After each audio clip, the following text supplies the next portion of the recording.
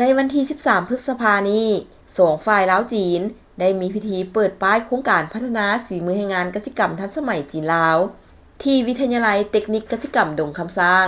โดยการเข้าร่วมของทานจิตรกรศรีสานนท์ผู้อำนวยการวิทยาลัยเทคนิคกสิกรรมดงคำสร้าง มีทานสินกลางห้องอธิการบดี มหาวิทยาลัยเทคนิควิชาชีพกสิกรรมกวางซีสป.จีน ทานสิรินทร์ศักดิ์โลคำหัวหน้ากลุ่มร่วมมือกับต่างประเทศ กระทรวงศึกษาธิการและกีฬา มีบรรดาหัวหน้าแผนกห้องแผนกที่เกี่ยวข้องทั้งสองฝ่ายเข้าร่วมท่านจิตรกรศรีสานนท์กล่าวว่าโครงการพัฒนาฝีมือแรงงานกสิกรรมทันสมัยจีนลาวแม่นการตัดสินใจสูงของการนำทั้ง3สถาบันการศึกษาคือวิทยาลัยเทคนิคกสิกรรมดงคำสร้างและมหาวิทยาลัยแห่งชาติลาวหรือมศภายใต้การสนับสนุนของกระทรวงสสกและมหาวิทยาลัยเทคนิควิชาชีพกสิกรรมกวางซีและแผนกศึกษาธิการแขวงกวางซีก็คือรัฐบาลแห่งสป.จีนที่ให้การเรียนการสอนภายในวิทยาลัยเทคนิคกสิกรรมดงคำสร้างมีความกระตือรือร้นหรือความสนใจของนักศึกษาต่อการเรียนภาษาจีนไปเคียงคู่กับวิชาเฉพาะเห็นว่ามีบรรยากาศและเป็นอันใหม่สำหรับนักศึกษาของพวกเราเพื่อให้ขบวนการเรียนการสอนมีคุณภาพหลายขึ้นนั้นในตัวหน้านี้ทางวิทยาลัยของพวกเรามีความจำเป็นต้องได้ปรับปรุงหลายด้านเช่นการเรียนการสอนภาษาจีนให้นักศึกษาลาวอยู่วิทยาลัยเทคนิคกสิกรรมดงคำสร้างและจำเป็นต้องได้เพิ่มการเอาใจใส่เป็นพิเศษและต้องการให้มีการร่วมมือจากฝ่ายจีนอย่างต่อเนื่องการส่งเสริมหรือพัฒนาฐานการผลิตให้กลายเป็นสถานที่ฝึกภาคปฏิบัติกสิกรรมทันสมัยเพื่อสร้างเงื่อนไขให้นักศึกษาได้เรียนรู้ภาคปฏิบัติให้หลายขึ้นนั้นยังต้องการความช่วยเหลือด้านเทคนิควิชาการจากฝ่ายจีนโดยเฉพาะระบบต่างๆที่เกี่ยวข้องกับการผลิตพืชในเรือนโฮมการร่วมมือในเรื่องงานการค้นคว้าและพัฒนาหลายด้านโดยเฉพาะการปรับปรุงแนวพันธุ์พืชและพันธุ์สัตว์ยังมีความจำเป็นต้องได้รับการร่วมมือ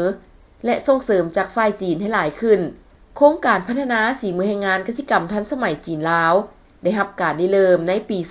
2023 โดยการร่วมมือของ3ฝ่ายหรือสถาบันการศึกษาระดับสูงของสปป.ลาวและสป.จีนซึ่งฝ่ายสปป.ลาวประกอบมีวิทยาลัยเทคนิคกสิกรรมดงคำสร้างภายใต้การชี้นำโดยกรุงของกรมอาชีวศึกษาและกรมร่วมมือกับต่างประเทศของกระทรวงศึกษาธิการและกีฬาโดยมีคู่ร่วมพัฒนาแมนคณะเกษตรศาสตร์มศส่วนฝ่ายสป.จีนแมนมหาวิทยาลัยเทคนิควิชาชีพกสิกรรมกวางซีภายใต้การชี้นำของแผนกศึกษาธิการแขวงกวางซีโครงการดังกล่าวมีระยะเวลาการร่วมมือ3ปีจุดประสงค์เพื่อสร้างและฝึกทักษะฝีมือแรงงานกสิกรรมที่ทันสมัยให้สปป.ลาวโดยการช่วยเหลือจากผู้เชี่ยวชาญและนักวิชาการจากสป.จีนและนักวิชาการสป.จีนท่านซินกางได้กล่าวว่าโครงการพัฒนาฝีมือแรงงานกสิกรรมทันสมัยจีนลาวแม่นรูปแบบรัฐร่วมกับวิสาหกิจเป็นผู้สร้างโดยรัฐบาลเป็นผู้นำพาและเป็นเวทีวิสาหกิจอุตสาหกรรมวิทยาลัยสถาบันต่างๆเข้ามาร่วมมือก่อสร้างบุคลากรร่วมกันค้นคว้าส่งเสริมนำไส้อาชีวศึกษาและมาตรฐานกสิกรรมร่วมกันสาธิตนำไส้ดึงเอาอาจารย์และนักศึกษาสร้างสีมือเข้ามาร่วมเป็นศูนย์รวมก่อสร้างบุคลากรการค้นคว้ารูปแบบวิทยาศาสตร์ให้บริการสังคมเป็นบ่อนแลกเปลี่ยนบนเรียนและอื่นๆสร้างพื้นฐานให้การร่วมมือทางด้านการศึกษาอาชีพกสิกรรมในประเทศอาเซียนให้สูงขึ้นฮอดปี 2026 การรับสมัครนักศึกษาจะบ่ต่ำกว่า150คนจัดฝึกอบรมให้วิชาการกสิกรรมประเทศอาเซียนให้ได้หลายกว่า 1,500 คนร่วมกับข้างนอกและบริษัทสร้างอาชีวศึกษาและเทคนิคกสิกรรมให้ได้79โครงการฝึกอบรมอาจารย์ให้ได้หลายกว่า50เทื่อคนนำเข้าแนวพันธุ์พืชกสิกรรมให้ได้หลายกว่า60แนวพันธุ์ส่งเสริมนำไส้แนวพันธุ์16และเทคนิคให้ได้หลายกว่า667เฮกตาร์ภายหลังสร้างตั้งสถาบันฝีมือแรงงานกสิกรรมทันสมัยมาได้1ปีกว่ามาฮอดเดือนพฤษภาคม 2025สำเร็จระบบการเรียนการสอนขั้นพื้นฐานโดยเอารูปแบบภาษาจีนบวกทักษะความสามารถเทคนิคกสิกรรม เป็นเอกลักษณ์สร้างบุคลากรระบบการฝึกอบรมวิชาการ ปัจจุบันได้รับนักศึกษาสำเร็จแล้วจำนวน100 คน มีสัมมนากรเข้าร่วมฝึกอบรมทั้งหมดจำนวน 1,103 คนแล้ว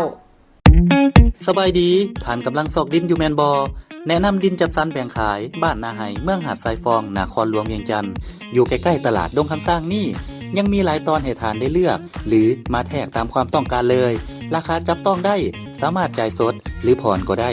ดินงามทำเลดีเขตชุมชนเส้นทางลักส่วนหลายเป็นคอนกรีตทั้งหมดไปวิทยาลัยดงคำสร้างตลาดครัวมิตรภาพลาวไทยก็สะดวกสบายเหมาะแก่การปลูกสร้างที่อยู่ห้องเซาสร้างเก็บสินค้าหรือซื้อไว้เก็งกำไรในอนาคตยิ่งดีโครงการพวกเฮามีทางปูยางกว้าง6เมตรมีน้ำประปาไฟฟ้าพร้อมของแถมดินจีซีมังเสาหัวที่สำคัญได้ใบตาดินขอบทองจ่ายก่อน 30% เข้ามาปลูกสร้างได้เลยสนใจสอบถามที่เบอร์020 5992 6995 020